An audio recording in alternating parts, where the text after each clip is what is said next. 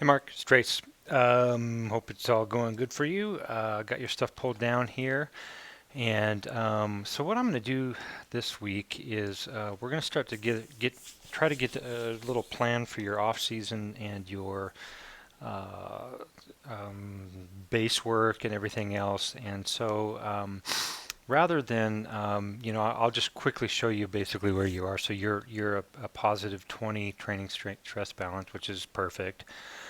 Um, and uh, and let's see here. If we look at your week, you can see your training stress balance is way up. And of course, I mean that's all part of the plan and everything.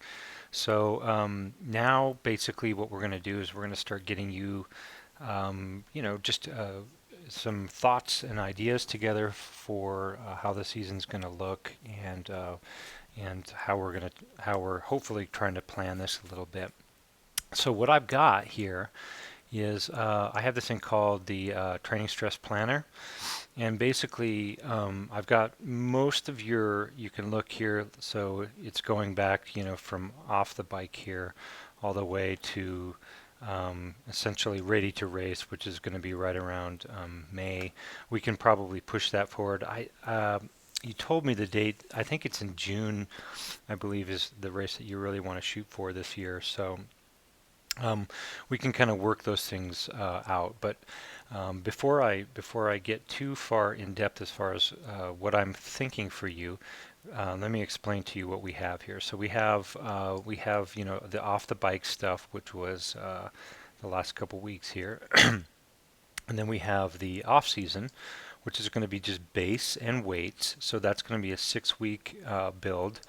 And then so that's going to take you almost to the beginning of December.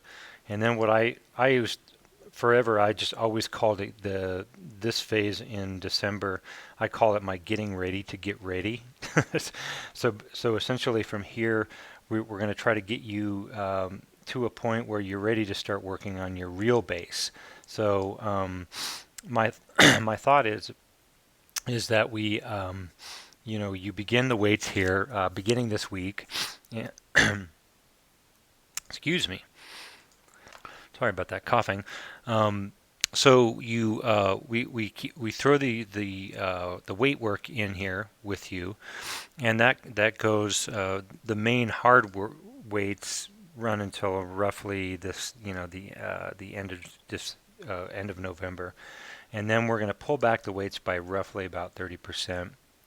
And you can see here your weekly training stress as far as on the bike is going to be fairly minimal. So it's going to be all endurance. It's going to be all kinds of things that we want you to think about as far as, just keeping the capillaries built up in your legs and just spinning mostly on the bike. So there's not going to be really any hard work for this off season and base.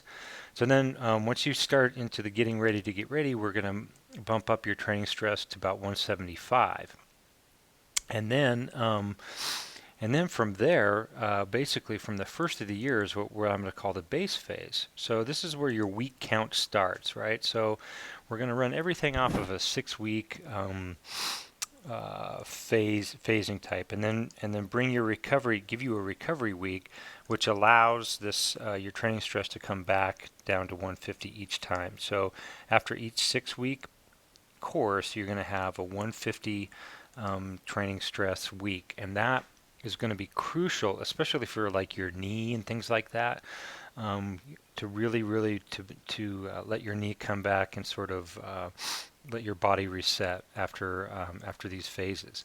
So roughly around, we'll have you ready to do 5x5 FTPs by the probably the middle of January. If you get sick or those kind of things, that can definitely float.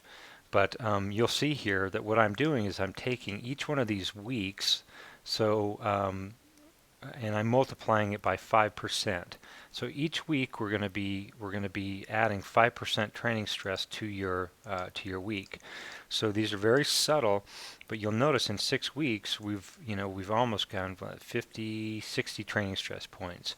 So that should really, really help your knee and just keep, it's going to allow your body to catch up properly and to stay on top of these things and to not get overtrained and to be trained right and to just bank all of that base work. So then we'll go back down to a 150 again, and then basically through the end of March, we'll have you we're going to start doing some harder 20-minute FTP efforts.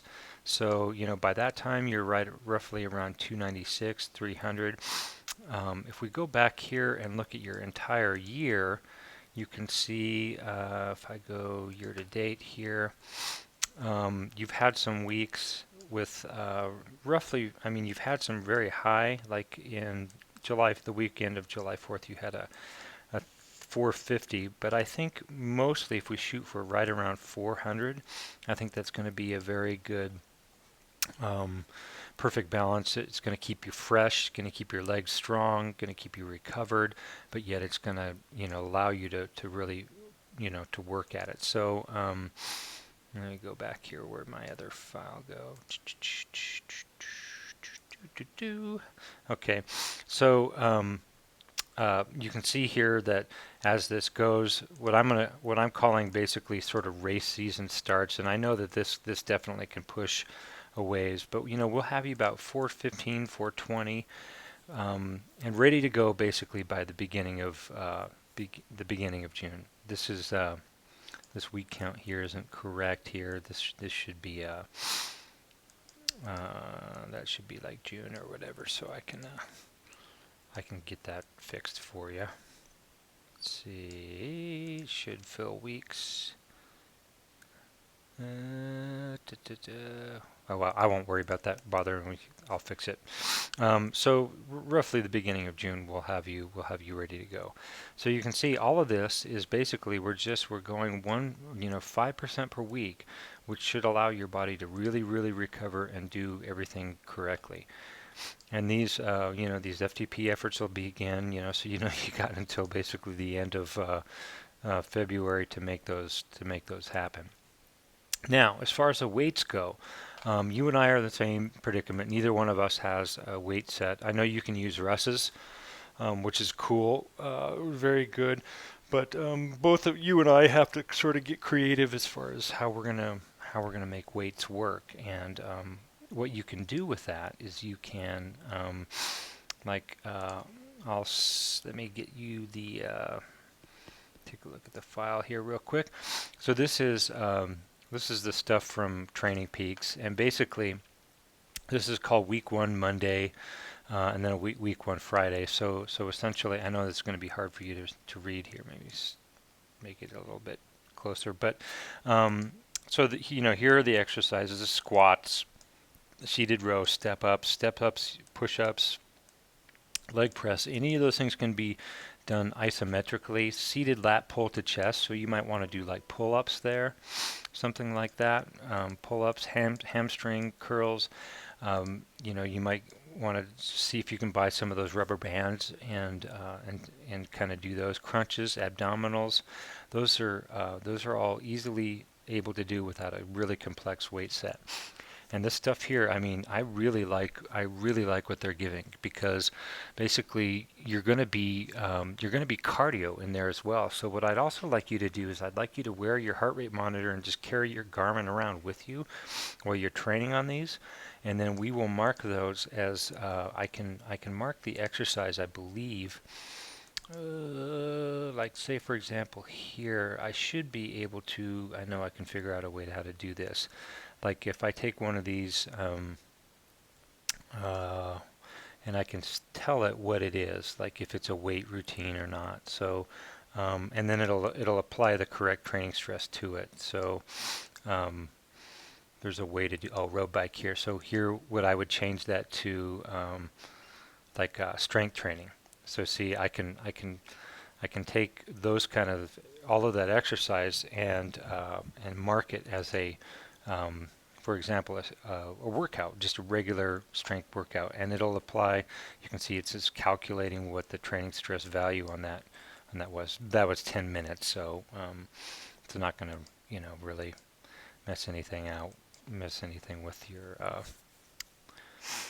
uh, file or whatever. So I think these are, and I'm going to send these. I'll send these along to you. These are really important, and they're going to really help you. I'm really going to work on my bass too, the same way too, and not so much because I'm racing this year, but just because I want to. I really want to have a stronger core, and I think this core is going to really help you take care of that. Sorry about all these emails. Let me just quit that quick so you don't get. So you'll have these two, and then so as far as um, looking at what your week looks like this week, for example, based on that, you'll see here, if I go back here to the calendar, and I just sort of explain what we got here. So basically, over to the right here, you're going to start seeing what phase we're working in. And so just kind of to implement what we have here, we have all of this, we have the rest and recovery.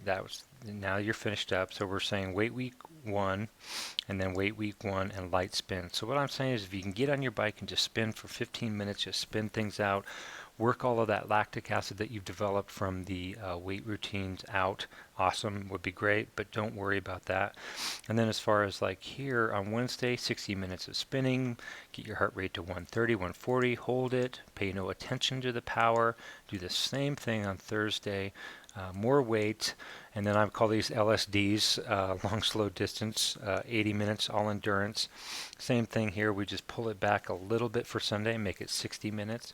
So it's really just a, you know, kind of a ride to, you're not looking at your power, you're just kind of out there riding. You could have a conversation with somebody if you were riding next to them, those kind of things. And this is what builds your base, and these things are going to really count when it comes to your main part of your season. And I think our biggest deal with you is you have the power in there waiting for you. It's all ready to come out. We just need to make sure that that when that those 345 minute FTPs or 345 watt FTPs are happening. They're not happening in this range here, which they were last year. We're going to make those things happen through here.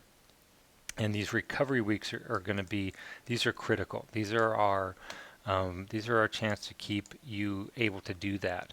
And with this, we could find some other races. You know, you have that peak one that you wanted to do early in the year. We can use these recovery weeks to help you to peak more than one time in a year. So it's a really handy way to do it. This guy here, Jerry Rome, that I train, he's a super good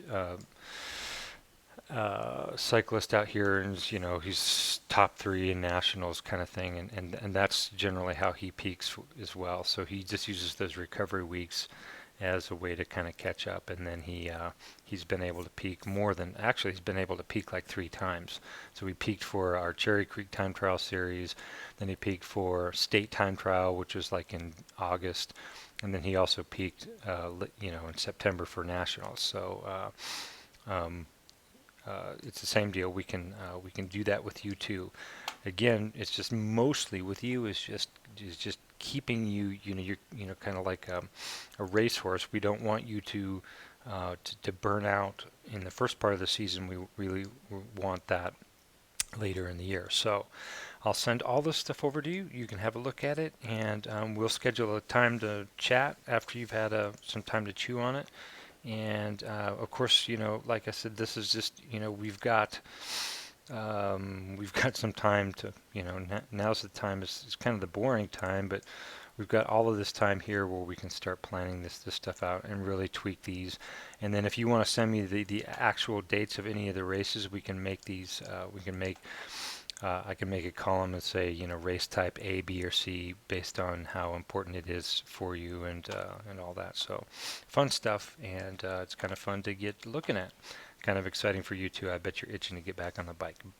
So take care of that knee, man. Let's keep you recovered, and love you, buddy. We will talk to you later, man. Thanks.